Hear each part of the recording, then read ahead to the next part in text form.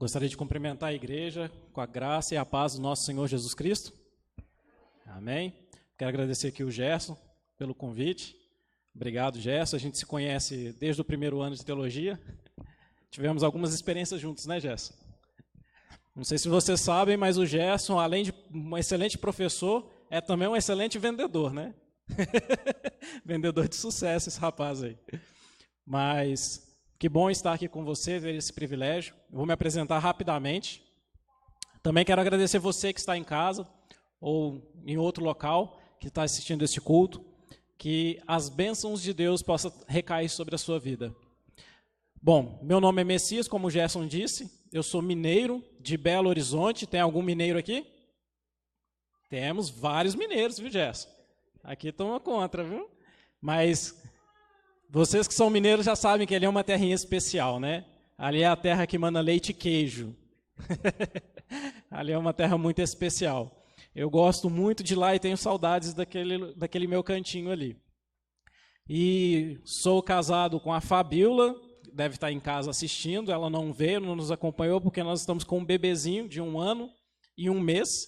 Então, ela, por causa dessa pandemia, de tudo que acontece, né, prefere ficar em casa, é um pouco mais seguro. Mas ela já carrega essa cruz que vos fala há 8 anos e meio. Espero que ela não esteja concordando em casa, né? Que senão a gente vai ter uma DR mais tarde.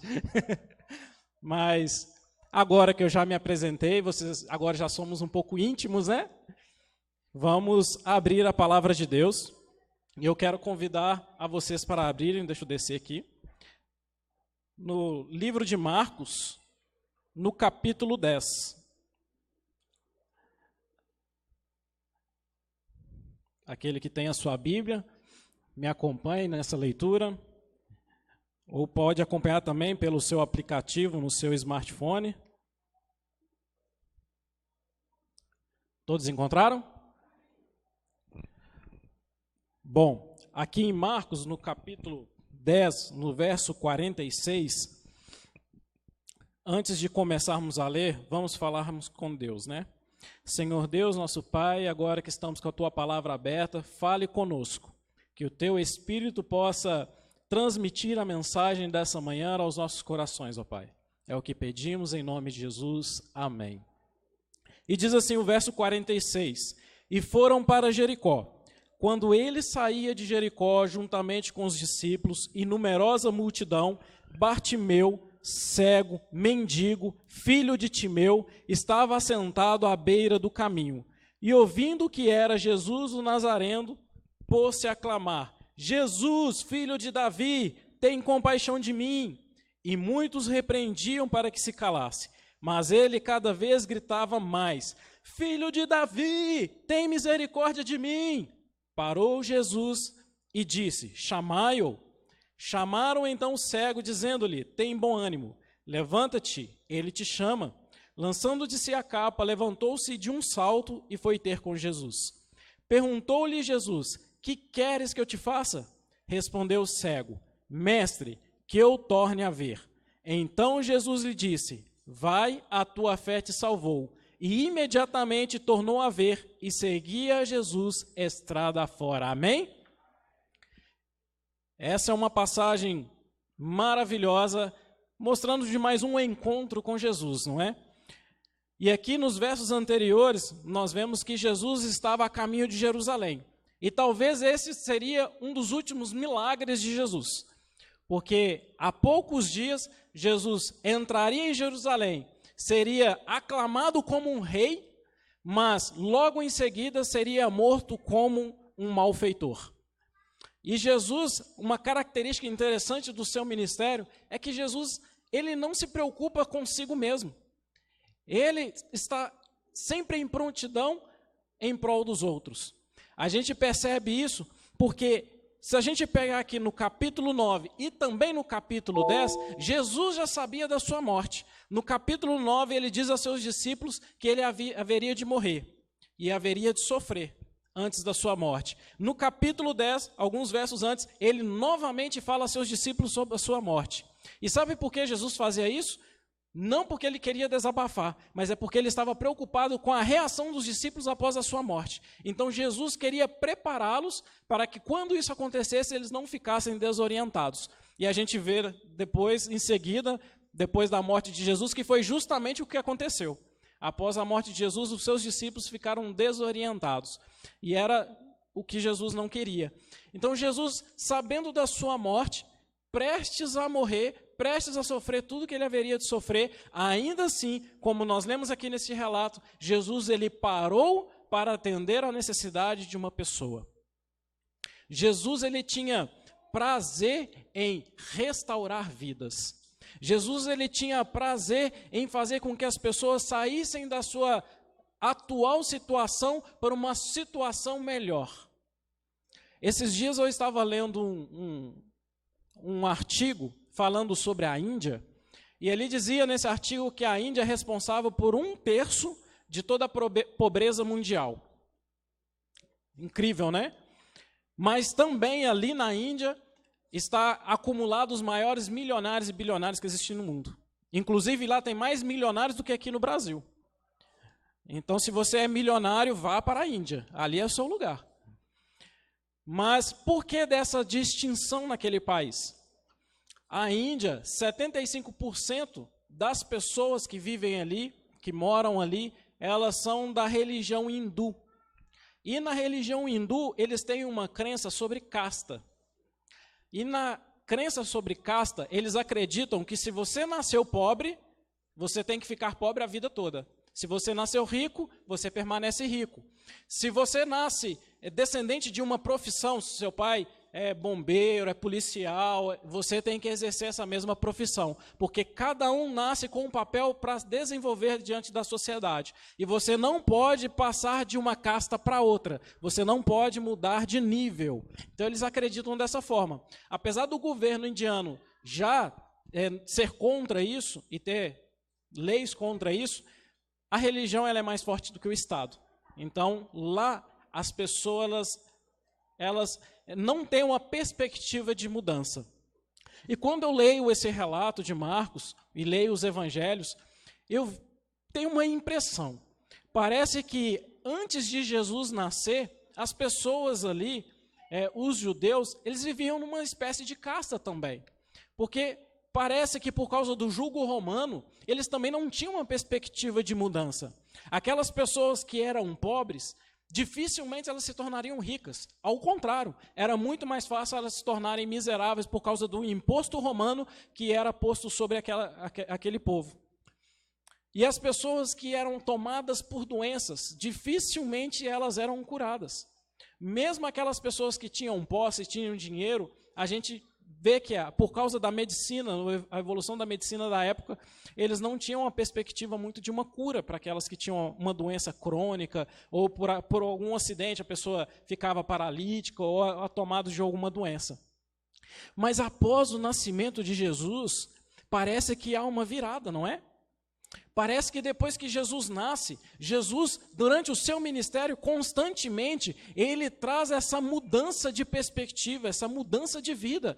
Porque após Jesus nascer e começar o seu ministério, aquelas pessoas que eram tomadas por doenças, elas eram curadas. Aquelas pessoas que pensavam, poxa, eu vou ser pobre a minha vida toda, elas começavam a ter esperança em uma vida melhor, porque elas acreditavam que Jesus era o Messias, que Jesus era aquele que viria para restaurar Israel, que Jesus viria para libertá-los do jugo romano. Então havia uma esperança de mudança, e Jesus ele transforma sim, ele causa essa mudança. Talvez hoje você esteja vivendo uma situação que parece que também não existe esperança, não é? Talvez a situação que você esteja vivendo era uma situação muito complicada, porque tem certas situações que elas fogem da nossa mão, fogem do nosso controle. Aliás, são pouquíssimas coisas que nós temos controle nessa vida. E nós acreditamos que temos o controle da nossa vida nas mãos, não é? Mas não é a verdade. A gente percebe isso durante o nosso dia. Porque quando a gente acorda, a gente não tem controle sobre que horas o ônibus vai passar. Pode ser que ele passe no horário, pode ser que ele atrase. A gente não tem controle sobre as pessoas que nós vamos encontrar. Pode ser que você encontre uma pessoa que esteja de bom humor, pode ser que você encontre uma pessoa de mau humor e talvez estrague o seu dia. Você não tem controle sobre as reações das outras pessoas. Você não tem controle sobre o que você vai encontrar durante o dia. E chega ao final do dia, quando você olha para trás, você percebe que quanta coisa aconteceu, quanta coisa que você teve que tomar decisões por aquilo que não era que você tinha imaginado para o seu dia. E aqui a gente lendo essa história de Bartimeu, a Bíblia ela não traz muito relato, muito detalhe sobre quem é Bartimeu.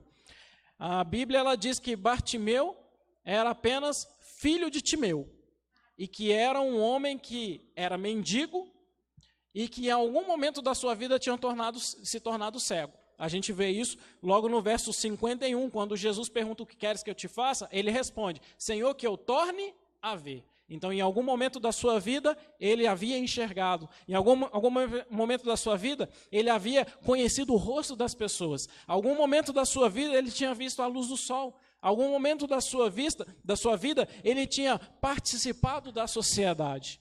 Mas por um acaso, por uma daquelas circunstâncias que acontecem na vida, que a gente não tem controle, ele se tornou um homem cego. Talvez Bartimeu tenha sido alguém que tivesse posses naquela época. Talvez ele fosse um homem rico, não sei. A Bíblia não fala.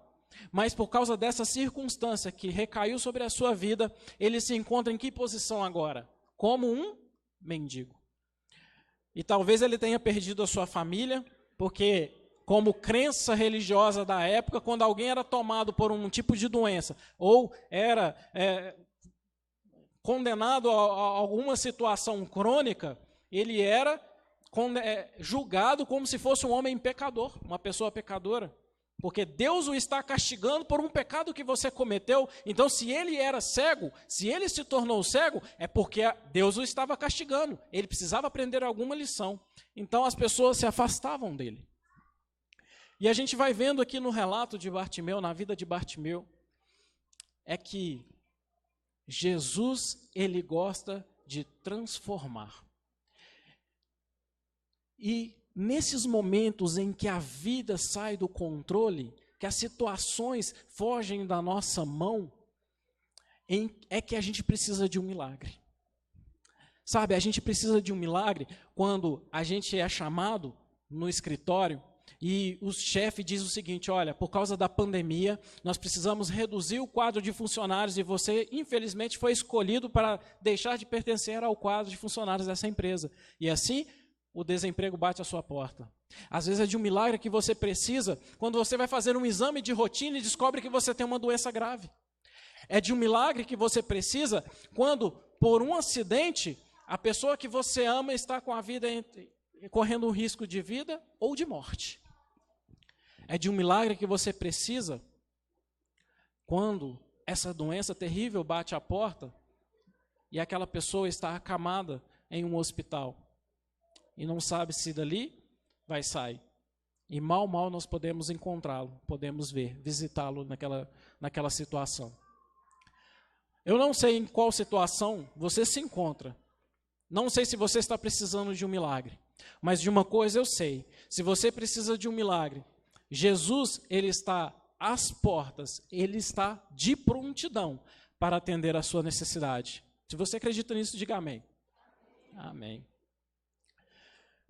E olha só, quando nós estamos à procura de um milagre, existem alguns passos que nós podemos realizar para encontrar este milagre. E a gente aprende algumas lições com Bartimeu.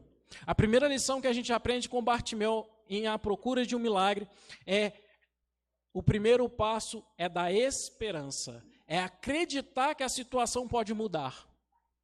Bartimeu, ele ficava à beira do caminho de Jericó, e ele ficava ali por ser um ponto estratégico. Jericó era uma cidade de comércio, e ficava a mais ou menos 24 quilômetros de Jerusalém.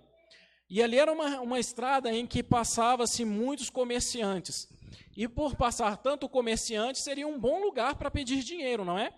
E nesse período em especial, era o período da Páscoa. E no período da Páscoa, muitos judeus que não moravam em Jerusalém, eles se direcionavam para a cidade para fazer a adoração e participar dessa festa solene. E então ali era um ponto bem estratégico em que Bartimeu escolheu para pedir dinheiro e adquirir a sua sobrevivência. Mas eu acredito em uma coisa que a Bíblia não relata, mas eu acredito que aconteça.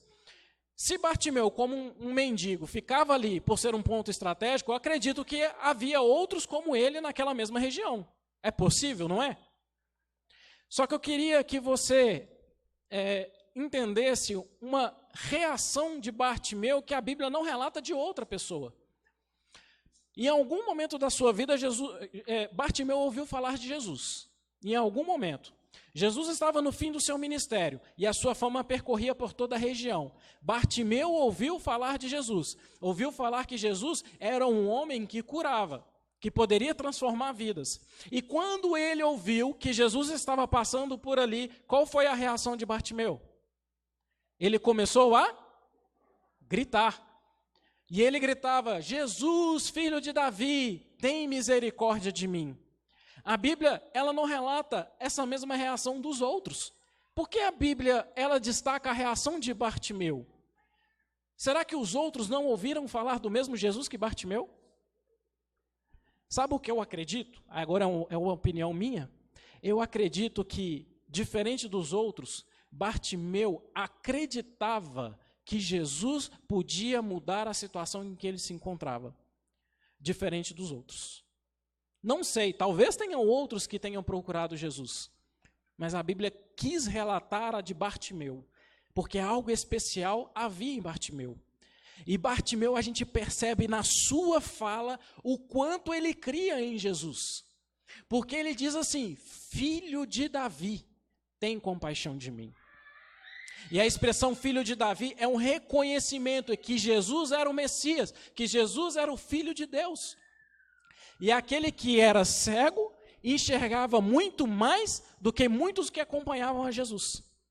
Porque juntamente com Jesus, ali estavam os seus 12 discípulos, talvez um número maior de discípulos e uma grande multidão que o acompanhava.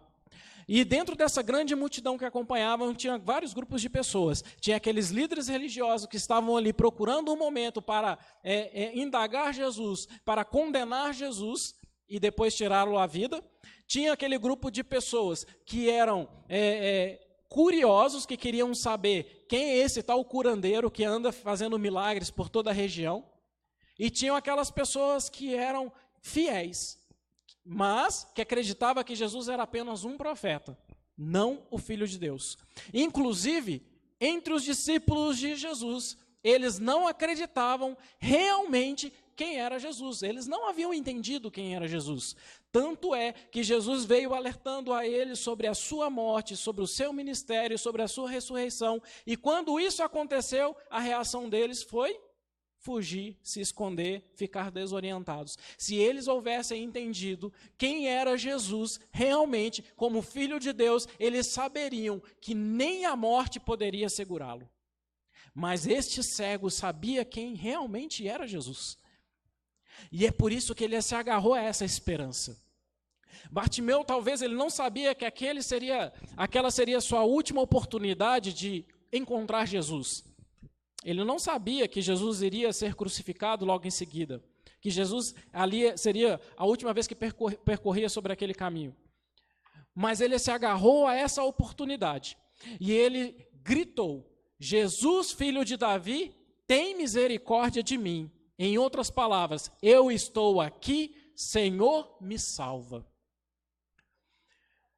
Sabe, às vezes a gente tende a perder certas oportunidades na vida, não é?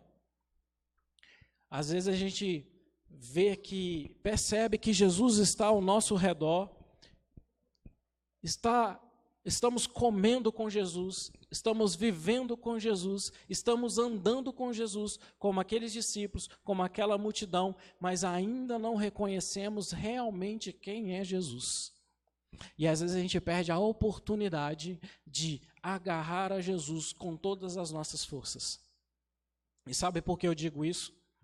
Porque nós, como cristãos, às vezes a gente se acomoda nos bancos da igreja.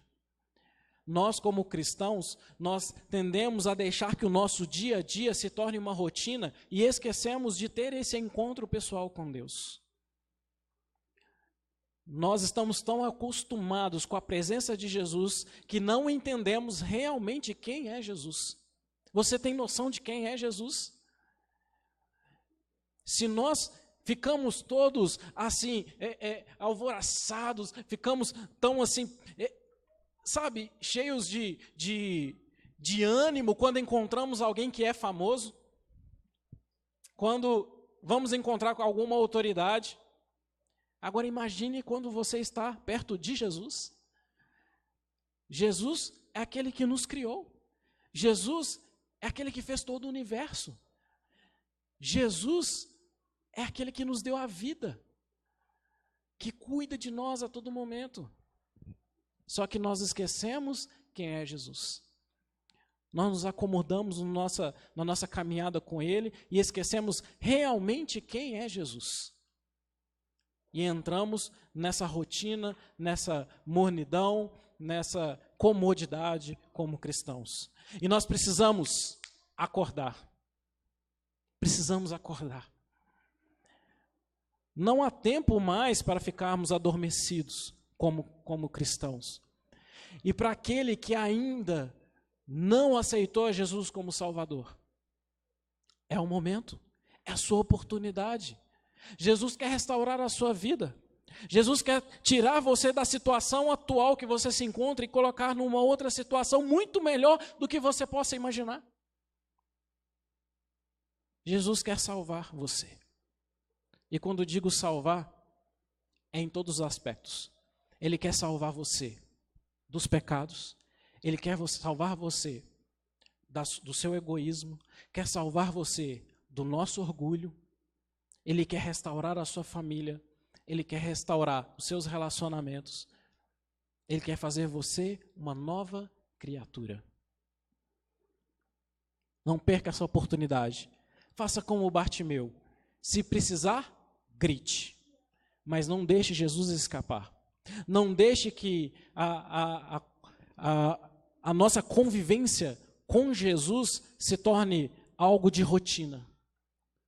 Mas entenda que você está ao lado do Criador de todo o universo, o ser mais poderoso que existe. Queridos, outra coisa que nós podemos aprender com Bartimeu é que Bartimeu era uma pessoa insistente. Ele era persistente, não era? Porque quando ele gritou a Jesus, filho de Davi, tem compaixão de mim, o que aconteceu? Alguns daquela multidão chegaram para ele e disseram assim, ó, Bartimeu, fique quieto. Jesus é muito importante e você está incomodando. Pare de gritar, homem. Mas a reação de Bartimeu é incrível. Bartimeu era cego, mas parecia que era surdo, porque ele não deu atenção para aquela multidão. E ele então começou a gritar ainda mais alto, Jesus, filho de Davi, tem compaixão de mim. E eu acredito que ele tenha gritado várias e várias vezes. Sabe, a persistência de Bartimeu em alcançar aquilo que ele acreditava que era a sua única oportunidade é incrível. E ele nos ensina que nós precisamos também ser persistentes. Às vezes, quando nós encontramos os conflitos da vida, e é constante esses conflitos, a nossa tendência é o quê? Desistir. É retroceder. Diante das dificuldades da vida, ao invés de gritarmos mais alto pelo socorro de Jesus, nós fazemos ao contrário. Nós deixamos de participar do culto da igreja, nós deixamos de ler a Bíblia, nós deixamos de falarmos com Deus, e nós nos afastamos, como se fosse Deus o culpado da nossa situação. E nós sabemos que não é.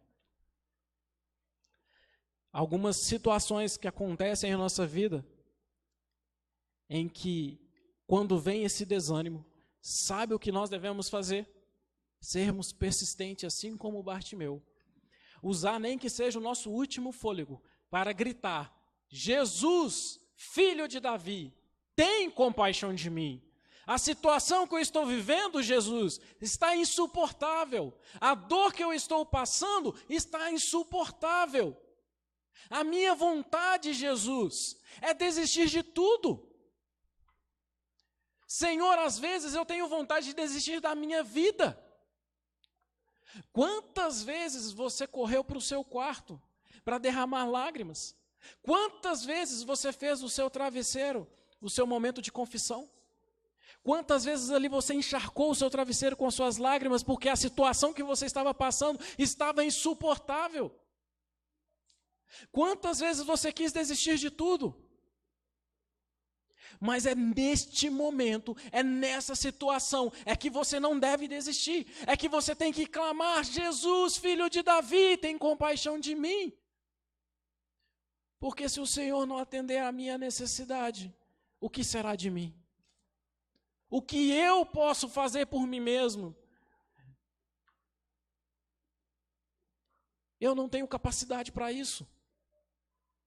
Você acha que Bartimeu tinha capacidade de mudar a sua situação?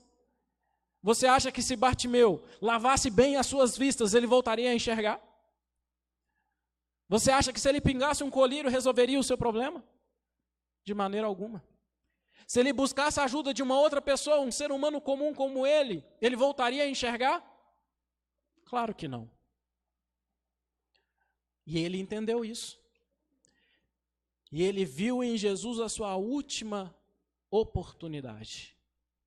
E ele não podia deixar que nada pudesse impedir de alcançar essa bênção. E ele gritou: Jesus, filho de Davi, tem compaixão de mim. E sabe o que aconteceu em seguida? É o que acontece com qualquer um de nós quando nós clamamos por Jesus. Jesus, ele parou, ouviu e mandou chamá-lo. Amém por isso? Você não crê que Jesus ele também faz da mesma forma conosco quando nós o clamamos? Porque é assim que Jesus age. Não é porque é Bartimeu, não é porque esse homem está com a história na Bíblia que ele é diferente, mas é o mesmo Jesus. É o mesmo Jesus. Quando nós clamamos por ele, esta é a reação de Jesus. Eu acredito que Jesus só espera por este momento. Eu acredito que Jesus fica ali: vamos, meu filho, chame por mim, me peça ajuda. Eu estou aqui, eu só preciso que você me dê a oportunidade de te ajudar. Mas você precisa que pedir, porque eu não sou um Deus que vou entrar na sua vida e fazer o que eu quiser na sua vida sem que você permita. Porque você tem o seu livre-arbítrio. Você precisa permitir que Jesus haja. E para você permitir, você precisa chamar, clamar, pedir: Jesus, por favor, me ajude, estou aqui. Me ajude com o meu problema, com a minha vida espiritual. Restaure a minha vida, restaure a minha família, restaure meu casamento, restaure meus relacionamentos, restaure a minha igreja, restaure, Senhor, tudo aquilo que tem me afastado de Ti. E a reação de Jesus é parar, ouvir e dizer: filho, vem aqui. Vem aqui, chegue mais perto. Conhecem bem, né? Chegue mais perto. Essa é a reação de Jesus. Acredite nisso. Não permita que o desânimo, as circunstâncias, faça que você desista. Mas persista e você vai encontrar a vitória, assim como Bartimeu. Porque depois que Jesus chamou, sabe qual foi a reação de Bartimeu? Ele levantou como um salto, sabe? Ele como um cego, provavelmente ele estava sentado ali, pedindo esmola, e ele pulou. Era entusiasmo, isso mostra entusiasmo dele, ele pulou. Porque nesse momento era Jesus, aquele a quem clamava, estava chamando por ele. E ele ao pular, ele deixou a sua capa, que era aquilo que ele tinha de mais importante na sua vida. Porque para um mendigo naquela época, era a capa que o protegia do frio à noite. E ele usava a capa durante o dia para poder sentar, para poder ter o seu lugarzinho ali. Era tudo que ele tinha de mais importante, e ele já pulou e deixou para trás a sua capa, e foi ter esse encontro com Jesus, porque ele acreditava que nada que ele possuía, de mais importante que seja, era mais importante do que o encontro dele com Jesus. E ele deixou a capa, porque ele já cria que naquele momento ele seria curado. Se ele não acreditasse, ele haveria levado a sua capa consigo, porque caso eu não for curado, eu ainda tenho a minha capa. Mas ele já acreditava que a restauração da sua vida seria iminente. Então, quando você clamar por Jesus, clame e creia que o milagre vai acontecer na sua vida. Sabe essa situação aí que você está passando? Se você clamar por Jesus, acredite, Jesus vai realizar um milagre na sua vida. Porque Ele não abandona nenhum de nós. E Ele tem prazer em restaurar vidas. Sabe, essas circunstâncias, esses conflitos que nós encontramos na vida, Satanás usa esses momentos para fazer com que nós pensemos que Jesus não é capaz, que Jesus, ele não pode fazer. E ele quer dizer constantemente para você assim, olha, acredite em você mesmo. Acredite que você é capaz. Acredite que você pode. Não é essa é a crença que nós ouvimos constantemente? Em todo discurso motivacional, nós ouvimos a mesma coisa. Acredite naquilo que está dentro de você. Coloque os seus sonhos como prioridade, que você pode realizá-lo. Você é capaz de qualquer coisa. É isso que nós encontramos. É esse discurso que Satanás prega constantemente para nós. E quando nós estamos em dificuldade, é justamente isso que ele quer que nós pensemos. Olhe, se você persistir, encontrar força dentro de você, você pode conseguir resolver qualquer problema. Está vendo aquele homem de sucesso ali? Você acha que ele não tem problemas? Ele tem, mas ele persistiu, ele é forte, ele tem uma força interior e ele é capaz de conquistar e ter sucesso, porque você não? Mas a intenção de Satanás é que nós tiremos Deus da equação. E sem Deus, nada é possível. Nada é possível. Dentro dessa questão de acreditar em si mesmo, eu lembro de uma vez quando eu tinha por volta dos 10, 11 anos de idade, e a gente tinha um tio que morava próximo da casa da minha avó, né? E eu ficava muito na casa da minha avó. E na casa desse meu tio, eu e minha prima, a gente passou muito tempo juntos, né? A gente tinha a idade bem parecida, e as nossas brincadeiras eram muito parecidas também. E a gente gostava de ir na casa desse meu tio, porque lá ele tinha um barranco, que a gente ficava tentando escalar esse barranco, só que a gente não conseguia, o barranco era alto e era bem íngreme. E na casa desse meu tio tinha um cachorrinho pequenininho, um Rottweiler, e que ficava preso na corrente, e a corrente ficava presa em um fio, em um arame, para ele que pudesse se locomover no quintal, né? Mas a gente, eu e minha prima, a gente acreditava que aquele cachorro nunca ia sair dali, e a gente pensava assim, olha, a gente vai conseguir escalar isso aqui, vamos tentar que a gente consegue. E sempre acreditando que a gente era capaz de conseguir escalar aquilo ali. Só que teve um dia, sabe, que a gente foi lá brincar e tentar escalar esse barranco, e a gente não estava conseguindo. E o barranco ficava assim, em um corredor que não tinha saída. Só tinha uma entrada e uma saída, né? Não tinha para os dois lados. E a gente brincando ali, a gente escutou um barulho diferente. Era uma corrente que balançava e depois parava. E quando essa corrente parou, a gente só escutou um barulho de um cachorrinho pequenininho latindo e correndo para o nosso lado. E a gente não tinha para onde ir. A gente estava entre o cachorro, o barranco e um muro. Não tinha para onde a gente ir. O que vocês acham que nós fizemos? Enfrentamos o cachorro? Vocês acham? Nem pensar, né? A gente tentou, foi para o barranco. E por incrível que pareça, nós não gastamos nem 30 segundos para chegar lá no topo. Não sei como a gente escalou aquele barranco. A gente tentou depois uma outra vez, a gente não conseguiu mais chegar lá em cima. E a única coisa que a gente pensa é que foi um milagre, porque se a gente ficasse ali embaixo, aquele cachorro teria nos mordido. E ele era bem, bem bravo. E ele não gostava muito da gente, não.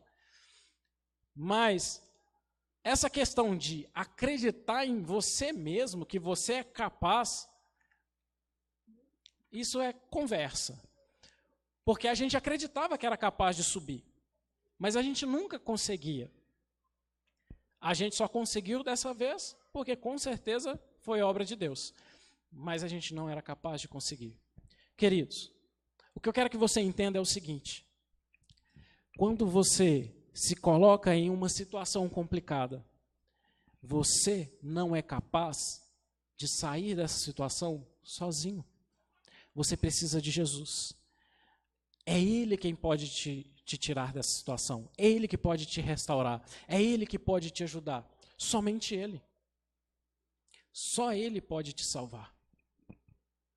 E para finalizar, a gente vê que no verso 52, que Jesus diz o seguinte: então Jesus lhe disse: vai, a tua fé te salvou. E imediatamente tornou a ver, e em seguida e seguia Jesus estrada fora. Sabe, a reação de Bartimeu após o milagre mostra quem realmente ele se tornou.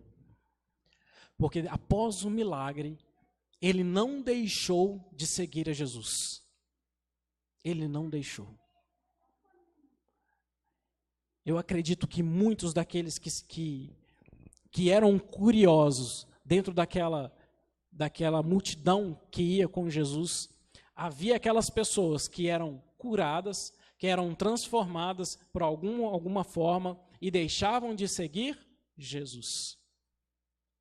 Sabe, quando o milagre alcançar você, e esse milagre vai alcançar, porque eu tenho certeza que você vai clamar e se agarrar a Jesus, não deixe de seguir a Jesus.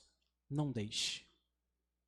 Não é só porque você agora conseguiu o milagre que você tanto queria, que você tanto almejava, é que agora você vai deixar de seguir Jesus. Você vai esquecer dele. Você vai deixar de se preocupar em ler aquilo que Jesus tem para você cada dia. Que você vai deixar de falar com ele. Que você vai deixar de conviver com ele. Não cometa esse erro. Porque milagre, a gente não precisa só de um na vida. Milagres, a gente precisa constantemente.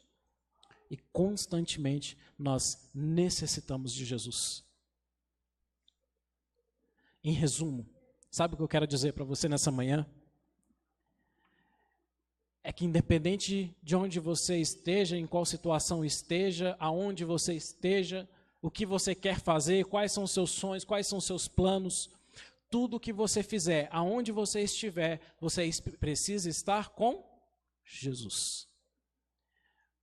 Você estar com Jesus não quer dizer que você vai ter uma vida sem problemas, sem dificuldades. Mas ao contrário de muitos, quando esses problemas e as dificuldades vierem, você tem o Senhor dos milagres ao seu lado. E você tem como garantir a vitória. Se não for uma vitória aqui em vida, vai ser uma vitória nos céus. Porque o nosso lugar já está reservado. O nosso lugarzinho lá no céu já está reservado. Essa é a promessa de Jesus. Em que Ele iria preparar um lugarzinho para mim e para você. E Jesus está muito próximo de vir. Ele está chegando. Não falta muito. Não desanime agora. Se agarre a Ele. Se apegue a Ele. E tenha certeza da nossa salvação. E tenha certeza que você vai encontrar com Ele pessoalmente. E ali você vai poder dar um abraço forte e dizer assim: Jesus, obrigado por todos os milagres que o Senhor realizou em minha vida. Obrigado por ter restaurado a minha vida por completo. Que Deus possa nos abençoar nessa manhã e cuidar de cada um naquilo que você tem planejado para você. E sonhe os sonhos de Deus, em nome de Jesus. Eu queria convidá-los para que fiquem de pé. Acho que não vai ter música, né? Fiquem de pé para que possamos orar a Deus, então.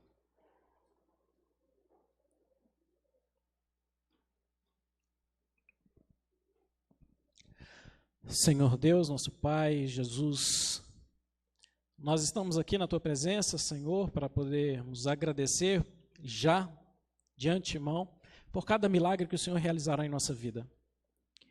E, Senhor, diante das dificuldades que a vida possa colocar sobre nós, sobre aquilo que Satanás tenta fazer em nossa vida, que é destruí-la, Senhor, nós nos agarramos a Ti e nós gritamos com toda a nossa força: Jesus, filho de Davi, tem compaixão de mim.